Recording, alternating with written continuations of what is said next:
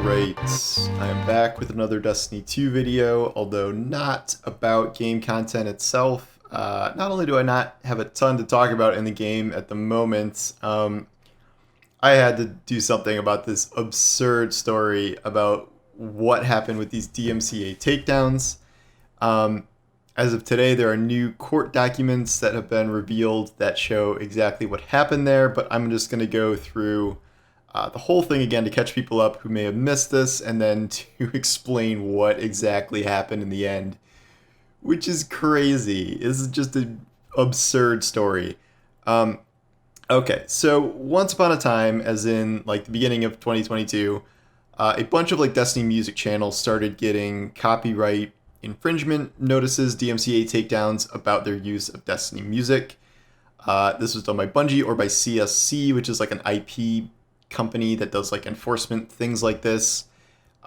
This was a pretty controversial move in the community in and of itself because in a lot of these cases there's like no official mechanism for this Destiny music to be online. So these fan channels were kind of uploading it and like setting it to visuals and like things like that and just kind of ensuring it lived.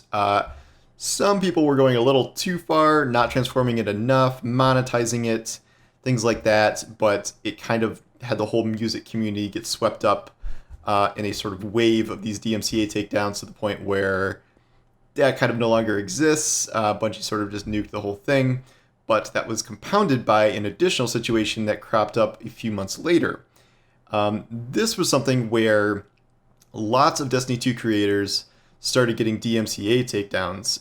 This ranged from people with just, a couple hundred subscribers, a couple thousand, to larger YouTubers that you probably know, like Across and My Name is Bife, and really kind of larger escalations of a widespread series of dozens of takedowns that were being sent, and the sender, in a lot of these cases, was listed as either Bungie or CSC, the same company that was sending the initial takedowns for the music stuff.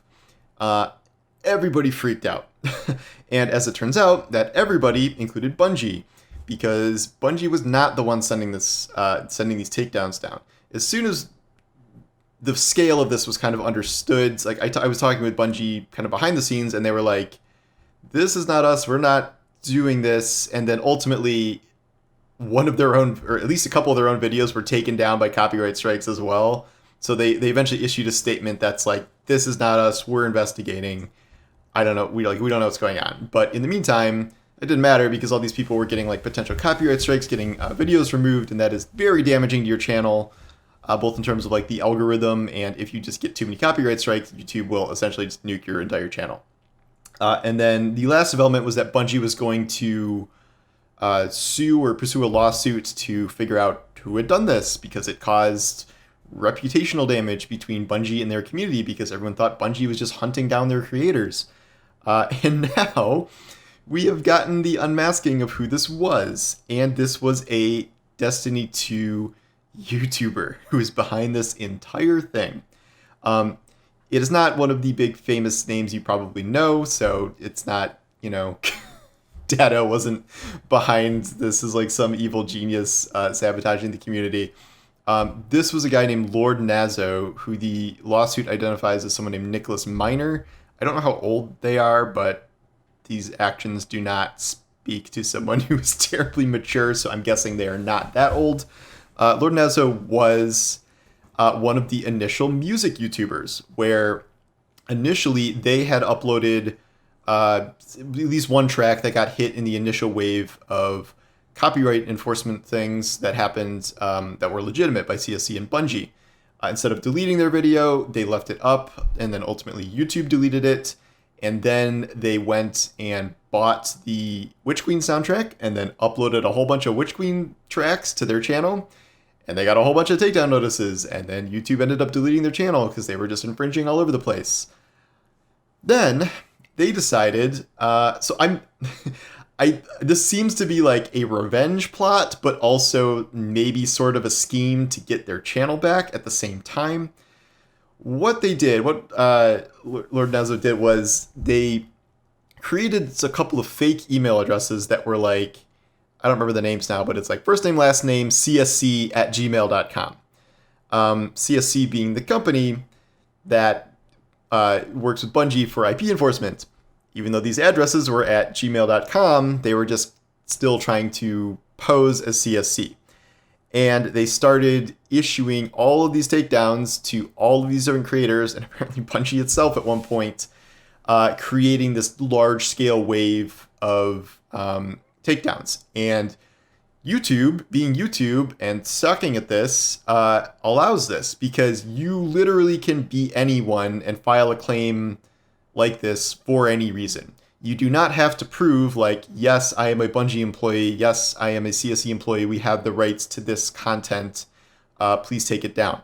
You can literally be anybody, and YouTube will usually end up just removing the content or issuing a copyright strike or something, and it is up to the person being accused to defend themselves and to prove they do have the rights to something, and that can be a ridiculous, convoluted process. And like you might have to work with the actual copyright holder to get that done, as is what happened with Bungie here. And I think most of that stuff was all reverted in the end, but at the time it was total chaos. And what was going on at the same time is this was posted by some of Lord Nezzo's former friends in the kind of music YouTuber community, whatever. And he was posting in Discord about how,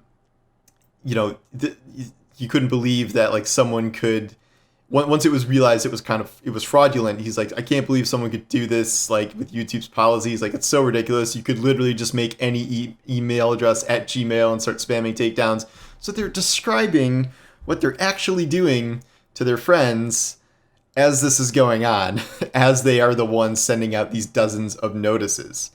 And then, so previously, before all this, they would kind of like pleaded to Bungie like on Twitter and like through appeals and stuff, like, if, hey, like, please reinstate my channel, like, I'll delete the offending stuff, I promise. Nothing came of that, and then they started this process. Then what happened is once this like large scale wave went out, created by them, they then filed a appeal to YouTube describing the whole situation of, oh, there's a fraudulent takedown wave going on of all this Destiny content, all these Destiny channels. I believe I was caught up in that too, when my music channels were taken down. So like, could you please take another look at this and reinstate my channel? And it's like this multi-paragraph thing they wrote using the situation they created to try and justify the reinstatement of their own channel. That's insane. It didn't work. Their channel didn't come back. And yet they created all of this chaos, caused Bungie to have to go to CSC. Apparently what was really the trigger was when Asdacross started getting, I think he got 2 videos hit or something, and started going nuts about it on Twitter, totally understandably.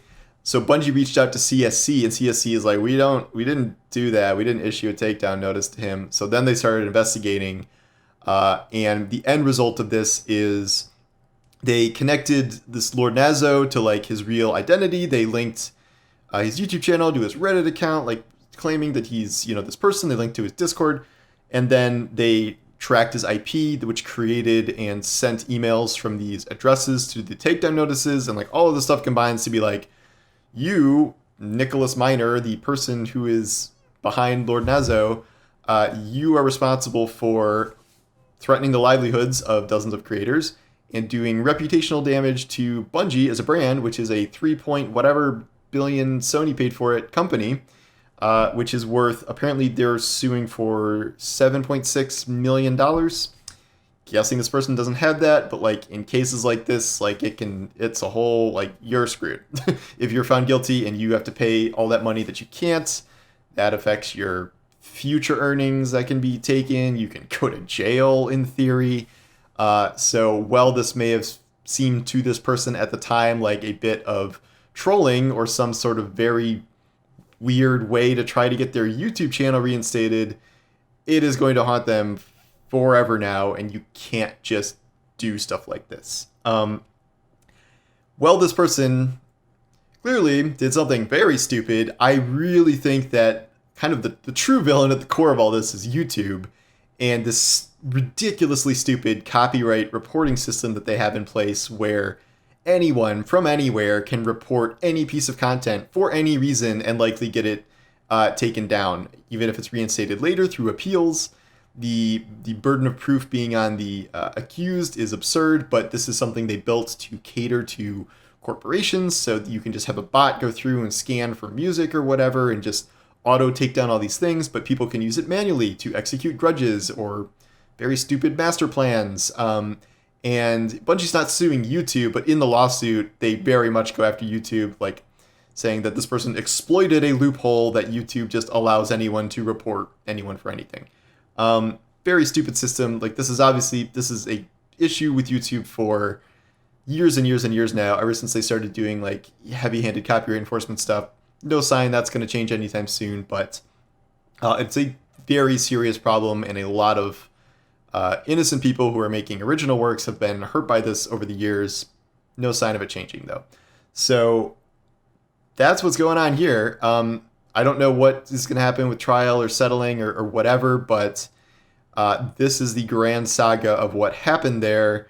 One YouTuber's quest to make everyone feel as much pain as they felt, and then also attempts to get their channel back through the most convoluted, ridiculous scheme I think I've ever heard of in this field. Yeah, so you're caught up now, and don't do that. Don't do anything like that ever. Bad idea. Don't do it.